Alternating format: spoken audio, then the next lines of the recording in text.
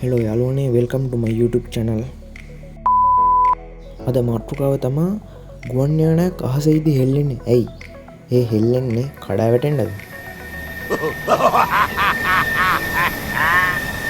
නෑ යාළුවෝ මේකට කියන්නේ ටර්බියුලන්ස් කියලා. මෙහෙමයි. මේ ටර්බියුලන්ස් කියලා අපි සරලව ගත්තොත් මේක සිද්ධ වෙන්නේ ගුවන් යානයේ වටා ඇති වායු ගෝලයේ වාතය වෙනස් වීමෙනි.